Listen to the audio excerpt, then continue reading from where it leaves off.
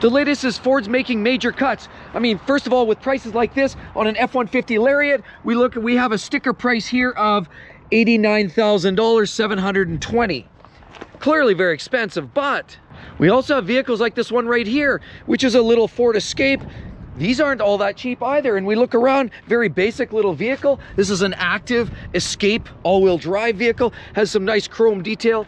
It's a pretty little unit, but there's a whole host of issues we'll talk about in a second. And did you realize even these vehicles here are going for a massive $39,919. The eyes, I gotta scratch the eyes a little bit. 39 grand, so $40,000 out the door with taxes, extras. This thing's going to cost you close to $50,000 for a basic Escape. And the Bronco's been a controversial little unit. Here we have a two-door. This is a black diamond edition, very basic. You've got the hard top on it at least, and you've got these tie downs, very nice in that regard. Basic wheels. And even this one, here's the sticker for this.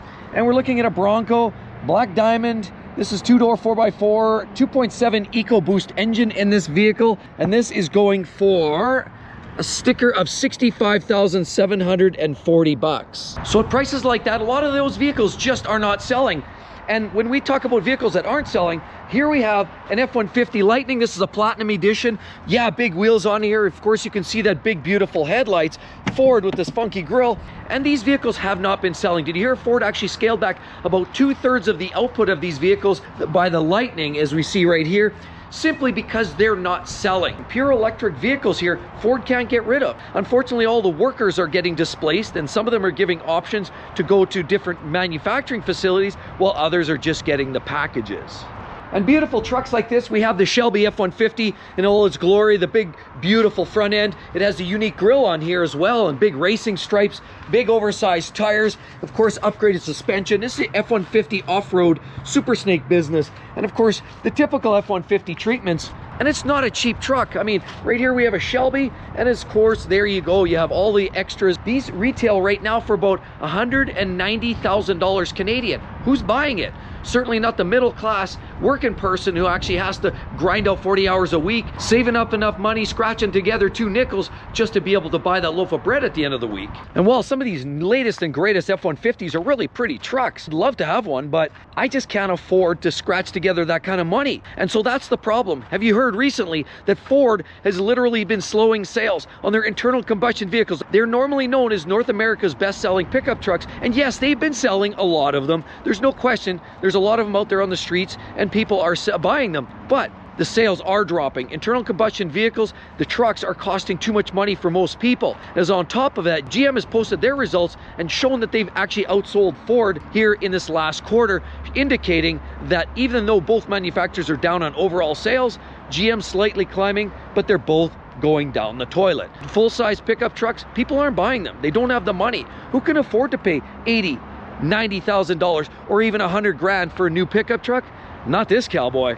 Not for somebody who works 9 to 5 making a household income of $65,000. You're not going to be able to buy one of these. And then to add fuel to the proverbial fire, we have vehicles like this that are imposed a new recall from NHTSA, the National Highway Transportation Safety Administration, actually quoted that there's an issue with these vehicles, and we're talking about the Bronco Sports, that's the smaller Broncos like that, or like this, because they're basically built on this platform right here, which is the Escape. So allegedly about 43,000 vehicles combined with either the Escape or the Bronco Sport that both share the 1.5 liter turbo engine have had some issues where fuel injectors were known to leak fuel, potentially. And if that happens, that definitely is a big risk of fire. We know turbocharged engine, extra heat in there. So what's actually happening is they were advised or suggested, or it was imposed, that they come up with a plan. Well, guess what their solution was? This is where it starts getting real. Ford, in all of their infinite wisdom, decided, you know what, if we have a leak on a fuel injector, let's put a little catch basin and we'll dribble that fuel out the bottom of the vehicle. Then on top of that, we'll not only evacuate the raw fuel outside the engine, but what we'll do is we'll impose some software changes in there to make sure that we can detect when we lose pressure of the fuel system. Not sure where that came from, but for a short period of time, it was actually accepted. But now that NHTSA has gone back to Ford and said, that's not adequate, that's not good enough, and we need to understand how much of a pressure drop, what's the delay, how are the customers going to be notified, and what are the issues that we can expect. Because at the end of the day, fuel injectors pose a serious issue to life, limb, as well as happiness. The reality is, if you have a fuel leak on hot exhaust systems, there's a huge potential for a catastrophic failure. So on top of this, NHTSA has actually told Ford that they have to come up with a solution in June. Otherwise, things are going to get really nasty. And unfortunately, that means that Ford's going to have to spend a ton of money. And it doesn't necessarily mean just a software patch or necessarily a trough that drains the fuel at the bottom.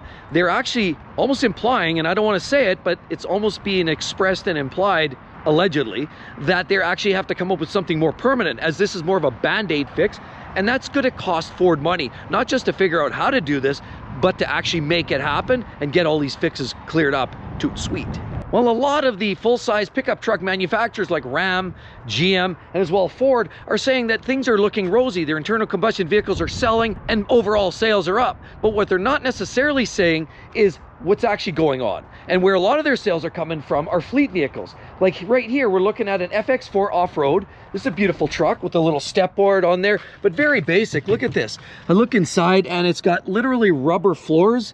It's got rubber floors. This vehicle literally has rubber floors in it, basic mesh type seats, no infotainment, a very basic setup. This is an XL, obviously just steel wheels here, clearly just built for business. Same thing with this vehicle right here. We have an F-150, another vehicle for a fleet, FX4 off-road, but clearly sort of a lower to mid-spec vehicle right here. And naturally right here, more fleet vehicles. It's probably getting outfit with a service body. And as well, we have more trucks and vans. So the majority of their sales are actually coming from fleet sales like that, pickup trucks for businesses, companies, organizations. And as well, even that one there is about to get deckled up for its next company that it's going to be leased. And as well, this one right here. But the only other vehicle that they've literally only been selling excessively are the Maverick, because it's hybrid, small 4-cylinder engine, and they've priced it aggressively. Now, when I say aggressively, it's not 20 grand like it probably should be, but they've charged it in a place and it fits the budget for a lot of buyers. Now, the real hurt for Ford recently comes in the way of electric vehicles. We already said the Lightning's not selling, and as a result of it not selling, they've scaled back. But the Ford Mustang Mach-E, like this one here, is also not selling extremely poorly. So Ford's CEO has made some huge moves in the last short while. First of all, in April, they've said, we're gonna scrap the $12 billion investment in electrification or defer it. They've also said here recently that they're going to defer the production of a third-row vehicle that's electrified. And as well, the vehicle they were talking about replacing the Lightning is also getting pushed back. Clearly, the sales are not there. And one of these Ford Mustang Mach-E's, I was browsing Car Gurus the other day, and I found myself a vehicle, a 2022 that had been on the lot for over 600 days. It was in GT format, and it was marked $20,000 under sticker, and it was still not selling. Now, Jim Farley literally looks at the Mustang Mach-E like this and says, this is our biggest culprit. This is the worst contributor to the losses. Did you realize that he's saying that these vehicles, even with all of this greatness wrapped up into the one little gray skin like this vehicle is losing Ford $100,000 for every unit that's sold. So on one hand, they want to sell them, but on the other hand, they're losing money every time they do. These vehicles are costing Ford a huge amount of money, and CEO literally throwing shade at the Ford Mustang Mach-E. And while I'm not here to comment whether these are great or not so great vehicles, they do have a very Euro-looking headlight scheme. This is very electric looking. Obviously, whenever you see these vehicles with the blanked off grille, that usually gives that away. So even if you didn't know, you know. Of course, you get the beautiful wheels. There's your plug-in port for that. This is a Mach-E. This one looks pretty base, actually. And you get these great little handles here. A beautifully quilted, stitched interior on these vehicles. Great roof line. Obviously, a very attractive looking vehicle. And of course, they carry off the Mustang, the ICE car Mustang rear tail lights. But these vehicles just are not selling. Like I said, I've checked all over online, and I'm seeing lots of these with a lot of days on the lot. 150, 200 days on the lot, and that one for well over 600 days on the lot. So they're very hard to sell. And as a result, of the losses and as a result of poor sales of both the Mustang Mach-E as well as the Lightning, Ford's decided to more or less scrap the idea and put a little more investment in the hybrid marketplace. Again, the Maverick is one of the most popular selling vehicles for Ford right now. As well, they want to upgrade some of their other fleet, and they want to have an F-150 hybrid as well, and eventually likely going to scale that throughout the entire lineup. Here's another truck that sort of defies logic. We know the F-150s aren't necessarily selling like hotcakes, but neither is the Ranger. When we talk about an internal combustion vehicle like the Ford Ranger here, and this one's an STX right here as well, it's a very basic looking unit.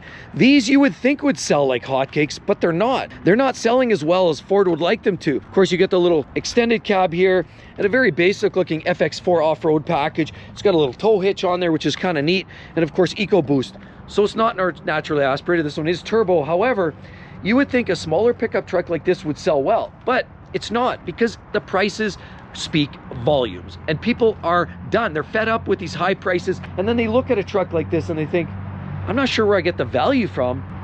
Nah, I'll skip it. So that's where people just make that decision, go right to the Maverick or skip the brand altogether. The worst part is now Ford's got all these electric vehicles that they put all these expensive batteries in there, and China, North Korea have been a big part of the supply chain for supplying those battery powers for these vehicles. But now Ford's actually going back to the manufacturers saying, whoa, pump the brakes, folks. We can't use those batteries. We're scaling our production down. We're not selling SUVs. We're not selling trucks like the Lightning. We don't need those batteries at all. And our huge investment in battery-powered vehicles like the Mustang Mach-E or the F-150 Lightning is going away. As customer demand for these vehicles wanes, we don't have a need for these batteries anymore. That leaves a lot of these manufacturers sort of holding the bag, potentially creating a little friction in the relationship with supplier and manufacturer. And it just appears that Ford just can't stop the bleeding. Alleged lawsuits, for example, for the Ford Fusion as well as the Escape, has that 6-speed transmission, and a lot of customers just upset and upside down. So with payouts for those types of lawsuits, or pickup truck rollovers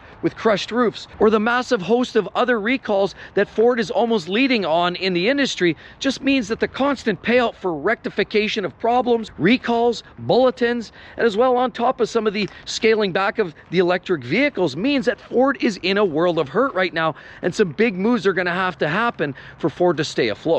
So while I personally love trucks that look like this, it's a beautiful looking unit. Personally, I think if you brought this truck to the market, improved a little bit on the reliability, and as well dropped the price by 30-40%, you'd have a winner, and I would be all over that. I would buy this truck in a heartbeat.